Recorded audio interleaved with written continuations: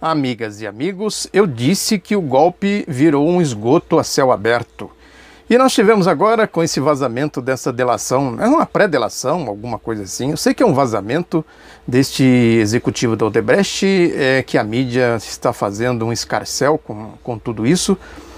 Foi mais um transbordamento desse esgoto, né? Mais uma torrente de sujeira, né? De detritos de maré baixa, né? Como se diz, uma esculhambação, na verdade. A questão toda é que na delação não há nenhuma novidade. Esse é o ponto que precisa ser destacado, precisa ser ressaltado.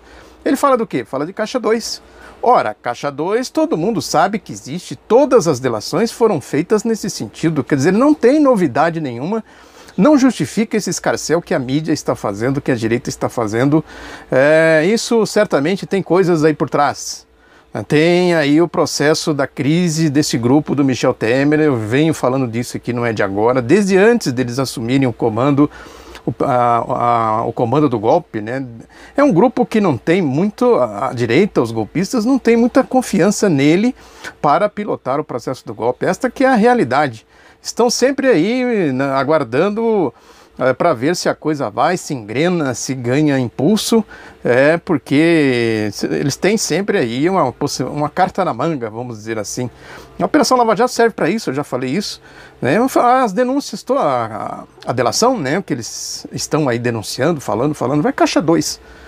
A Caixa 2 tem em Furnas, tem no metrô de São Paulo. O processo político da direita foi montado assim.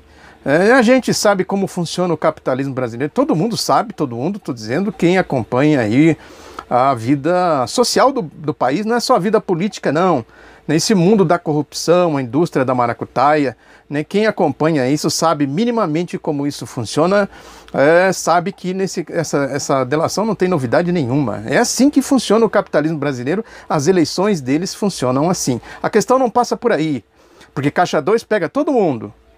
Inclusive o que eles ensaiam aí para pôr no lugar do grupo aí do Michel Temer. Essa que é a questão, é o golpe, na verdade, a agenda do golpe, o programa do golpe que está em questão, e não é nada de corrupção não, né? Não sejamos ingênuos, bobos, alegres para aplaudir esse tipo de coisa. E nós tivemos também a denúncia aí contra o ex-presidente Lula pelo Ministério Público Federal, que é outra esculhambação pior ainda, né? Uma verdadeira palhaçada, né? Podemos classificar aí nesses termos o que essa turma aí, esses ativistas de direita do Ministério, ativistas políticos do Ministério Público Federal vem fazendo, né? Verdadeiros absurdos.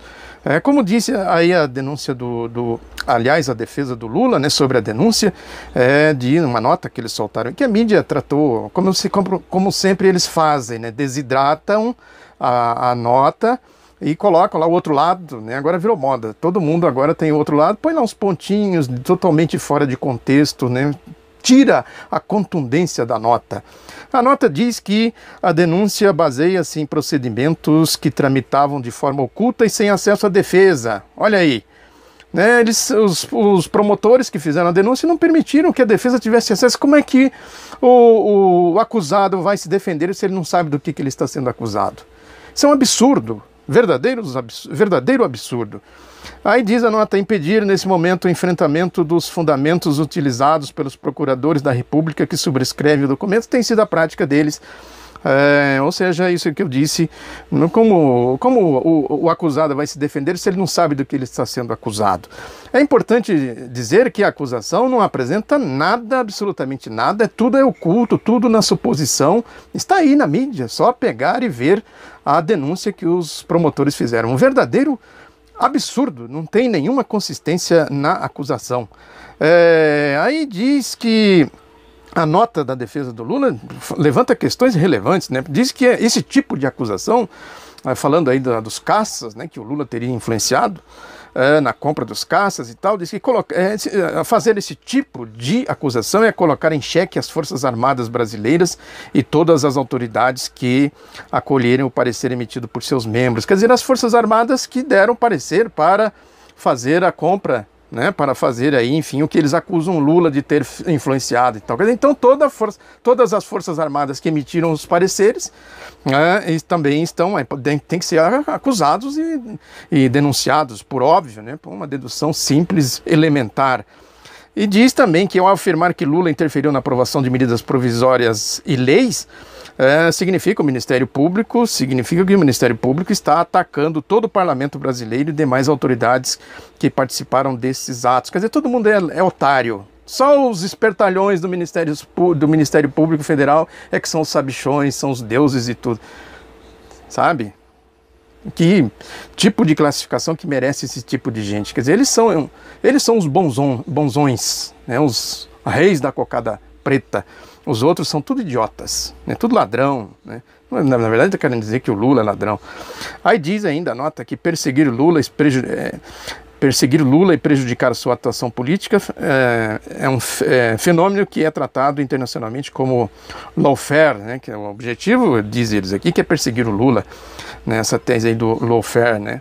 Aí diz aqui que uma das táticas do lawfare consiste na propositura de sucessivas ações judiciais sem materialidade contra o inimigo político, para que todo o seu tempo fique voltado à realização de depoimentos e à sua defesa judicial, e ainda para gerar na opinião pública a ideia de uma suspeita difusa.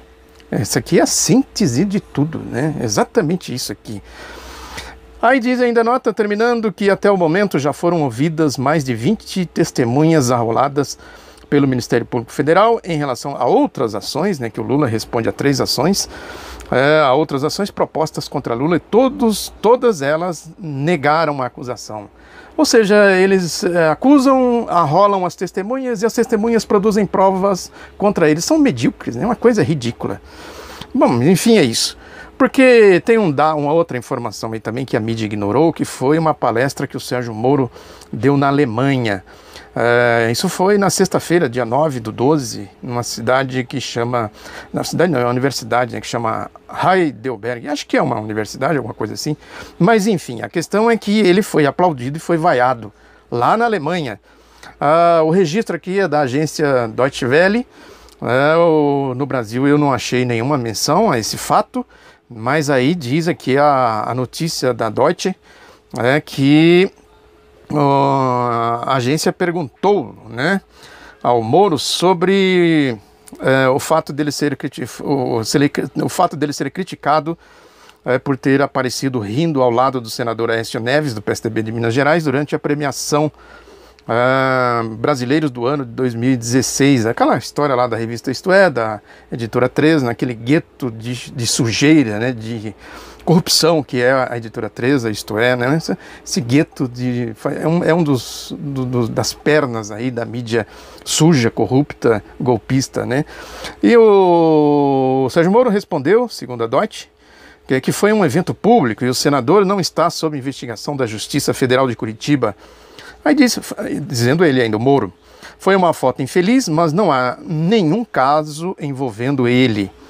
Aí a própria agência, a Deutsche, diz o seguinte: Aécio Neves, um dos políticos mais citados nas recentes delações de executivos da Odebrecht e de funcionários da Andrade Gutierrez, teria recebido propina também de Furnas, estatal do setor elétrico.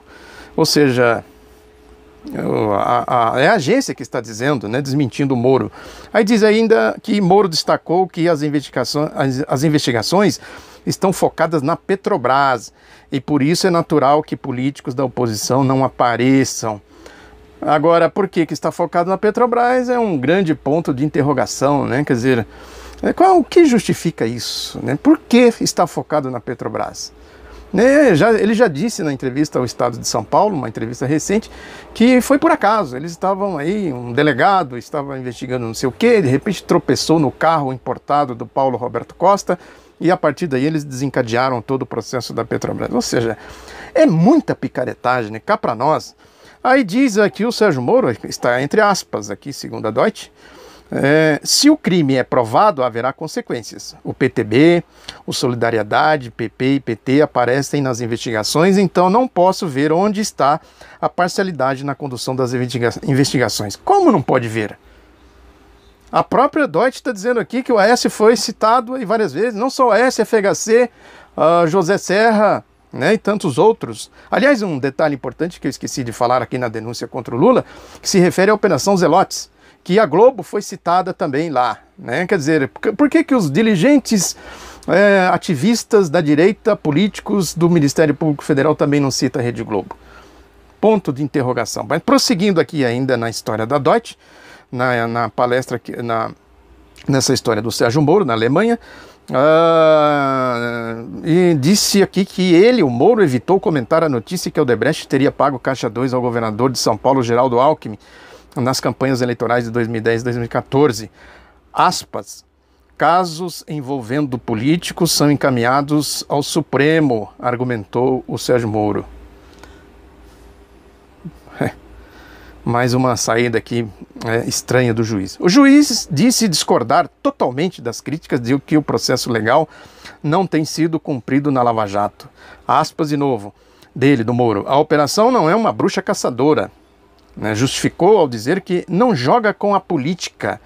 Nenhuma prisão aconteceu com base em opiniões políticas, mas em evidências de crimes, evidências de que crimes foram cometidos. Cá para nós, né, evidências, o que eles investigaram, qual foi a apuração que eles fizeram, qual é o resultado, o rastreamento do dinheiro, quem recebeu, quem gastou, aquilo que eu sempre faço aqui. E as delações que eles varreram para debaixo do tapete, tantas e tantas. Mas enfim, prossegue ainda a Deutsche. Para Moro, a Lava Jato dá ao Brasil a oportunidade de superar a prática vergonhosa de pagamentos de propinas. Aspas de novo. Há uma profunda erosão na confiança na democracia, afirmou Moro. A Lava Jato revela que muito pode ser feito para combater a corrupção sistêmica. É o mantra dele, a corrupção sistêmica. Sistêmica só para nas ilações que eles produzem lá na Operação Lava Jato, nas deduções. A corrupção de verdade mesmo, Banestado, o caso de Maringá e etc. e tal, isso não é corrupção sistêmica. Mas enfim, ainda diz aqui, prossegue a agência, o juiz federal declarou que o executivo e legislativo precisam implementar políticas para combater a corrupção. Isso é verdade. Inclusive o projeto aí, esse que o Renan Calheiros acabou jogando na gaveta por conta desse acordo que ele fez com o STF para punir as quadrilhas que atuam no Poder Judiciário. Né? E também o projeto deles lá, da Operação Lava Jato, que a Câmara dos Deputados emendou e eles deram chiliques, né? Ficaram aí fazendo verdadeiros, tomando atitudes de histerias, né? Vamos dizer assim.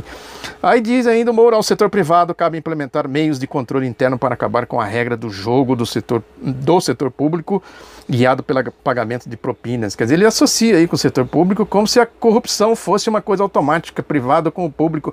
Quer dizer, sonegação de imposto não conta, evasão de divisas não conta, e outras coisas mais que a gente sabe que tem aí nesse submundo da direita, do mundo empresarial da elite brasileira. Aí termina a notícia da Deutsche, dizendo que um grupo de cerca de 30 juristas e acadêmicos enviou uma carta à Universidade de Heidelberg, argumentando que Moro não tem credibilidade para discursar sobre combate à corrupção no Brasil, por ser parcial em favor de partidos como PSDB e PMDB. Diz a Deutsche que parte do público protestou contra Moro. Aspas aqui do texto, né, que eles enviaram, né? Diz o texto que o juiz federal Sérgio Moro incorreu em posturas as quais foram determinantes para o clima político de derrubada de um governo legítimo, servindo desta forma aos piores interesses antidemocráticos. Fazendo aí uma referência ao vazamento da escuta telefônica entre a Dilma Rousseff, a presidenta Dilma Rousseff, e o ex-presidente Luiz Inácio Lula da Silva. Tem muito mais coisas além disso, evidentemente. Na plateia, brasileiros levantaram cartazes com dizeres Moro na cadeia e parcialidade fere a democracia. Outros gritavam, Moro, meu herói. Os grupos trocaram insultos.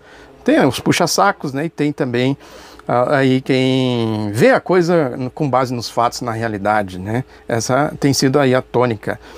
Perguntado por uma pessoa na plateia por que divulgou os áudios de escutas telefônicas de Dilma, Moro afirmou que as pessoas têm o direito de saber o que seus governantes fazem. É muita cara de pau, muito cínico nessa resposta dele aqui.